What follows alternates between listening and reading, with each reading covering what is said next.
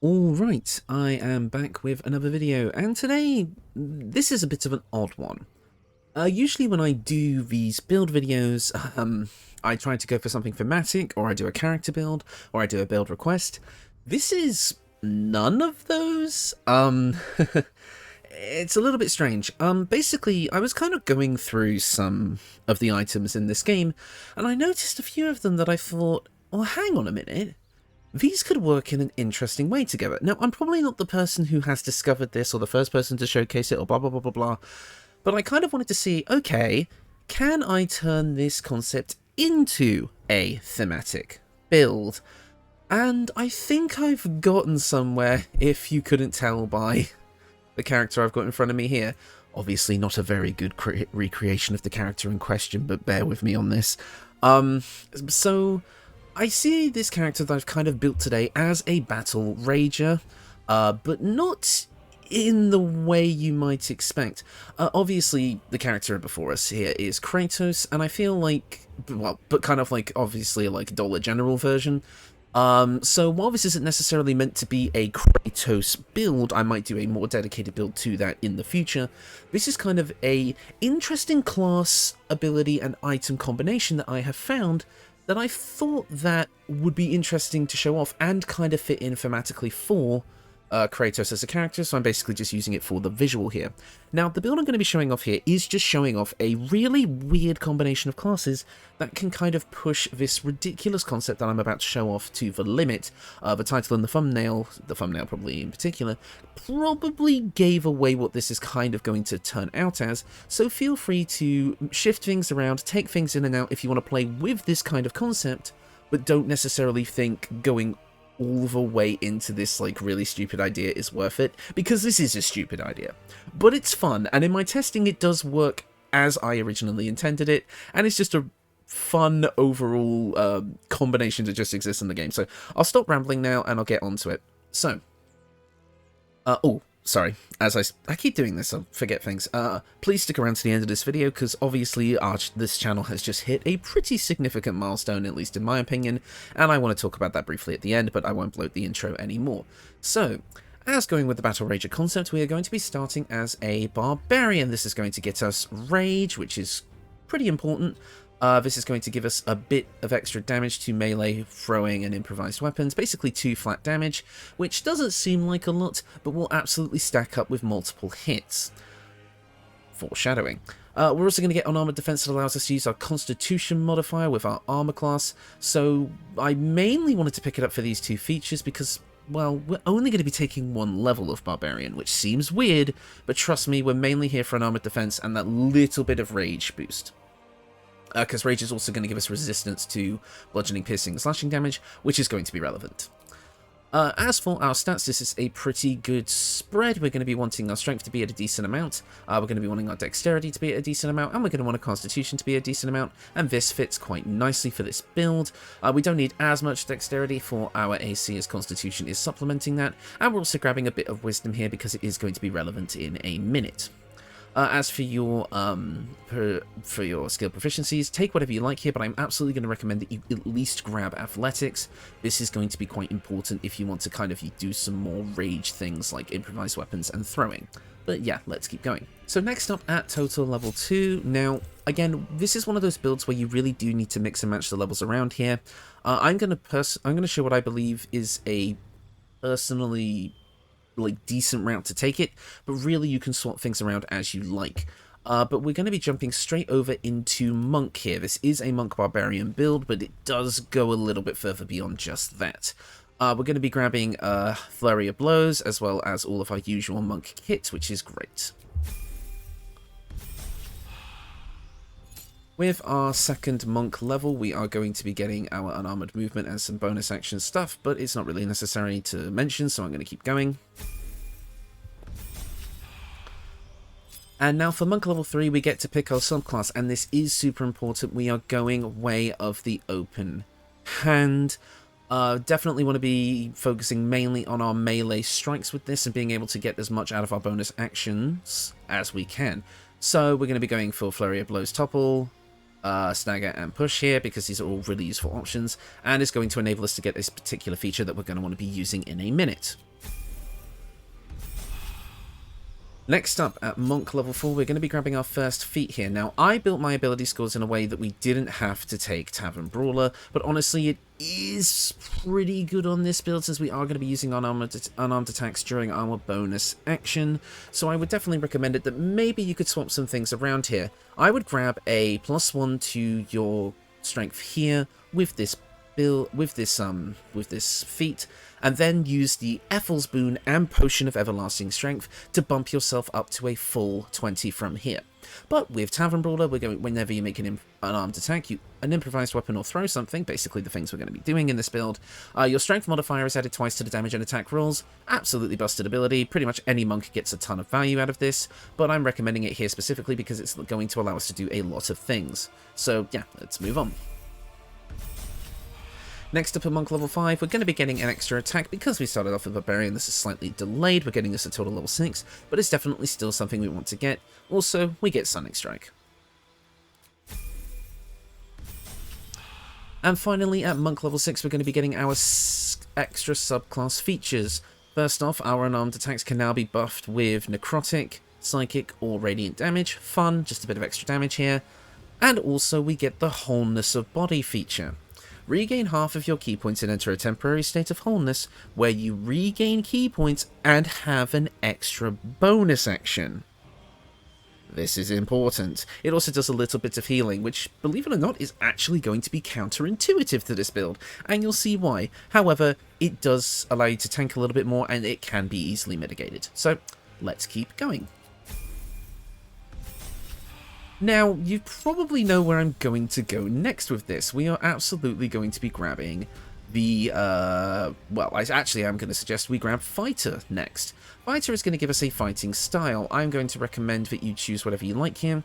Now, if you're going for more of a Kratos build, and you want to use a one-handed axe and a shield, then dueling is absolutely great, as is protection, but dueling probably especially, and I'm going to actually use this as a side note, obviously because I use mods to get the items to make these builds, I do actually get to see, like, all of the items that aren't included in the game, and I kid you not, there is a one-handed battle axe that has the rebound feature, so it returns to you when thrown, and it is not in the game. I was gutted when I found out it was cut, because it's literally Kratos' axe, but I digress.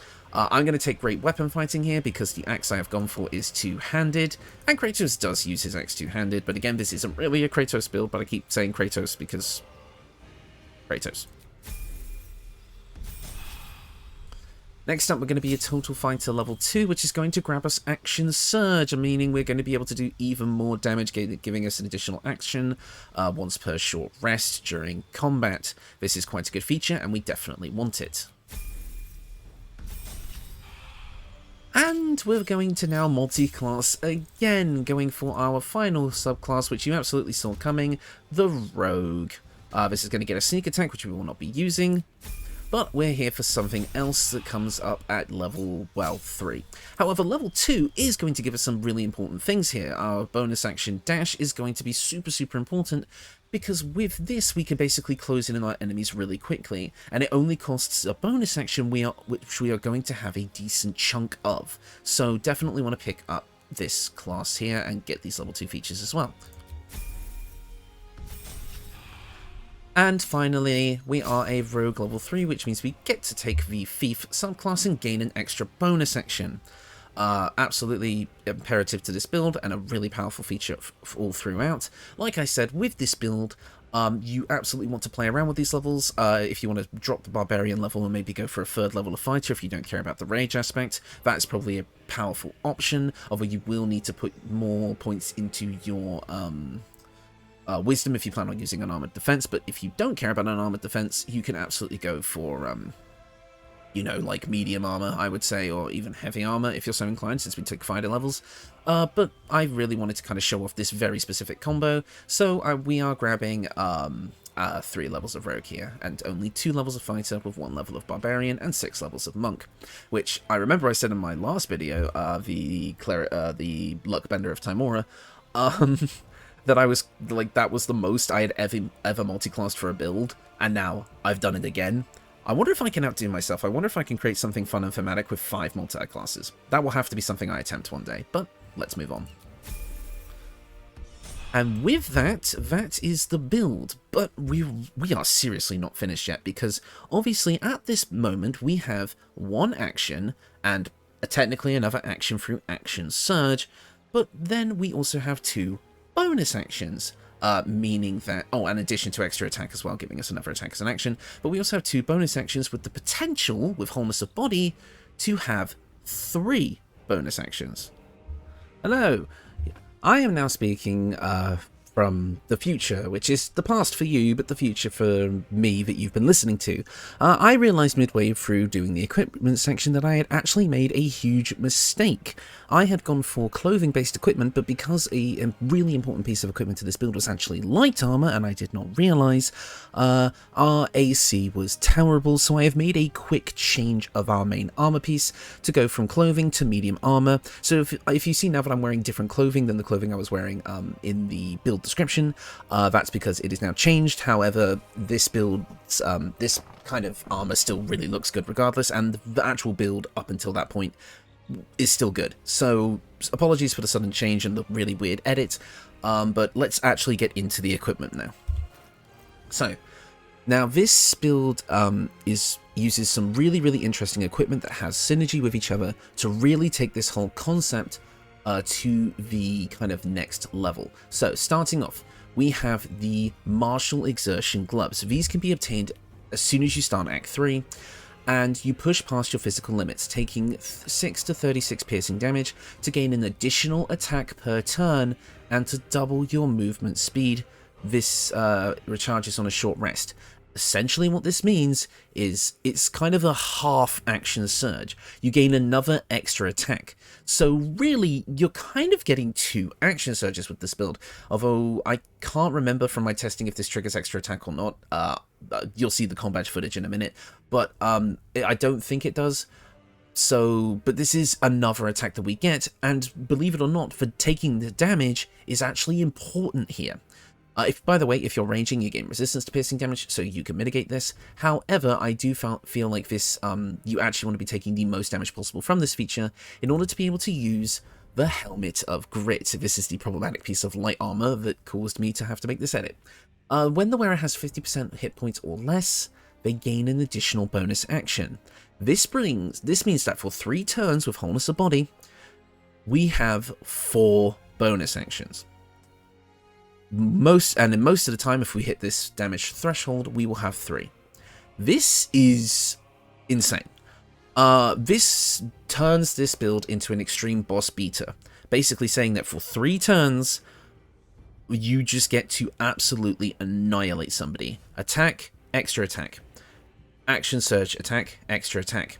If you decide to forego raging and go for haste, you could get from the Darkfire Shortbow, you can get even more attacks off of that. Then you get the extra attack from Martial Exertion, possibly bringing your HP low enough to then have 4 bonus actions, which you can get with Wholeness of Body, to then do 4 Flurry of Blows. In the God of War game, obviously Kratos uses a combination of axes, and then when he goes into his rage special power, he uses his fists. So I feel like this is all pretty cool and on theme, and I really kind of like this build as a Kratos build, but it's definitely not a full Kratos build because we don't really get all of his abilities, but I feel like this is still a fun Battle Rager build that works for a Kratos build, which is why I kind of went for it. But just to preface, or just to reiterate, that is a lot of fucking attacks in a single turn, and you can do this for 3 turns. Well, I mean, technically less, as your key points are a limiting factor here, but you can do 7 Flurry of Blows in less than 3 turns pretty easily, and then just move on to the unarmed bonus attack that you get from using monk weapons. And because we took Barbarian as our first level, our axe here is a monk weapon, I believe. Yes, this is correct. But anyways, let's get into the other equipment.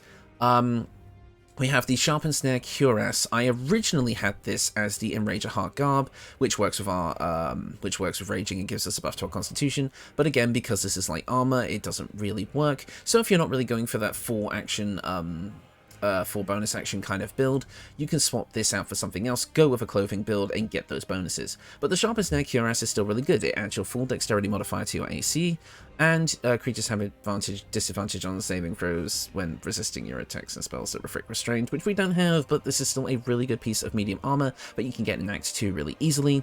That is going to allow you to basically look awesome, but obviously change this out as you see fit.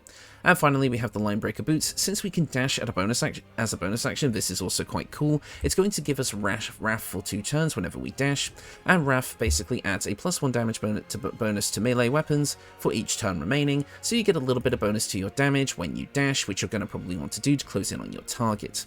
But let's get into the weapons. First off, the simple one out the way, we're using the Darkfire Shortbow for resistance to fire and cold damage, and the ability to cast Haste, which can take this build even further as a Nova damage round kind of build. Also, we're using the Blooded Great Axe. This is mainly just a easy to get Great Axe that is on theme. When the wielder has 50% hit points or less, they deal an additional 1 to 4 slashing damage, so it gets a little bit of damage when you hit that threshold that we're going to be trying to hit anyway, but obviously you can replace this with whatever you like. I also kind of just want to take this opportunity to point out that, wait, did I say this already? Yes, I did. About the throwing axe. I'm all over the place. Anyways, Moondrop Pendant. When the wearer has 50% hit points or less, they don't provoke opportunity attacks, which basically means that you can continue to go after the enemy you are targeting, and other enemies won't be able to stop you if they try and move away from you. Spurred Band. During combat, when the wearer starts their turn with 50% hit points or more, they gain momentum, which basically just gives you a little bit of buffer movement speed, allowing you to close in even more and move about the battlefield as much as you would like. And the Ring of Self-Immolation. This allows you to use Self-Immolation, which makes it so you do a little bit of damage to yourself and take a little bit of damage on subsequent turns. This basically allows you to have an easy-to-use method to get you into that damage range yourself if your enemies aren't quite dealing enough damage. However, this is optional. Swap this out as you like. In fact, all of these are optional. They're just on theme because of the low hit point requirement. But yeah, that's kind of the build. Like I said, this is kind of a weird edit. I've basically said all of this already and then looked at my AC score and went, shit, and had to kind of re-record this bit. But everything about the actual base build still works. It wasn't necessarily made with that equipment in mind, so the slight change here works, and I actually think looks way better overall. Like, this looks awesome. We're only kind of missing like a fur cloak, but I don't really think there's one in this game that would look right, so I kind of just decided to miss it. But yeah, that is the build. This is weird compared to my other builds, because again, it's not really a character build, it's not really a build request, it's not really a thematic build, it's just, hey, do you want to do like fucking 10 attacks in one turn? Which, sometimes it's nice to have a little bit of a break from the norm and just show off a cool combo or something. Again, I'm probably not even the first person to show this off, and this isn't really going to be a common direction for my channel going forward. I just saw this combo and thought, actually, I would like to make a video on this and try and make a thematic character around it, so I feel like a Kratos kind of look definitely kind of fit the theme and worked out. And again, this is kind of a, like, budget Kratos. I mean, you saw the name of the build if you were paying attention. I called it freaking Kramer. Could you imagine Kratos on Seinfeld? That would be interesting. But anyways, that is the build. Like I said, the combat footage should be playing now, and as you can see, my combo theory was correct. This build can just attack, and attack, and attack, and attack, and attack, and attack, and attack. You can kind of tell that I don't really, I don't do, like, massive damage calculation optimized builds, because I didn't even bother to count the amount of times you could actually do attacks in a single turn with this build, because that's just not who I am. But it's a lot. It's a lot to be funny and fun and interesting. Again, as a boss beater build, this is quite interesting. If you didn't really care about making a character build with this, you could actually, I would actually just set this build up on Karlach, and just have her kind of be in the back of your party, waiting to go absolutely insane. So this could kind of be a Karlach build, if you're so inclined. But regardless, that is the build, and obviously there is one more little housekeeping note that I need to get out the way before this video ends. 1,000. Like, there's 1,000 people who want to come back and regularly watch this. Like, 1,000 subscribers, which absolutely blows my mind. Like, it's not something I'd ever thought I would get to say, at all, or even think about, really. I mean, when I made YouTube videos, at the start, it was all for fun, and it still is for fun. I have no intention of that changing. But it's just interesting to me that I feel like I'm making something that's cool enough that a lot of people want to come back to it. And I see it in the comments. You guys are just awesome. But I don't want to get too much into the sappy stuff here. I do plan on doing a dedicated video about 1,000 subs, and I have just made a post on my channel, basically kind of asking for ideas for like maybe like something special we could do for 1,000 subs. And I kind of wanted to, so I'll leave a link to that in the description if you want to go place your comments there, or even on this video as a suggestion for what to do for 1,000 subscribers. But I will be doing a dedicated video hopefully soon. I'd like to do it this weekend, depending on how long it takes me to do my next Halloween build, because, you know, those take a while. But yeah, I will also quickly do a quick reminder. I said this in my last video, but I will say it here now as well. My next video, which is the one that's going to be going up tomorrow, or perhaps later today, depending on time zones and when this gets uploaded, because I get upload these like in the middle of the night. Basically, my next build is going to be Tempest. This is my next deity build. I've gone over this before. He's a deity of war, and I feel like I get to do a class combination with this build that I've always wanted to do, and wanted to fairycraft, and I want to see how it turns out. So yeah, Tempest is coming out tomorrow. I have done my research, I've read up, and I'm looking forward to kind of showing off what I have for this build. But yeah, I think that's going to do it for me. The next build after the Tempest build I haven't quite decided on yet, but I will reveal it during the Tempest video. But yeah, I think I've rambled on long enough for the combat footage to fully play out, and I will see you all next time. It's not really that important. You may have noticed that our AC is only 12. Why is that? Have I made a mistake somewhere? Oh, the Helmet of Grit is light armor. I have just realized I have made a huge mistake with this build midway through recording. Whoops.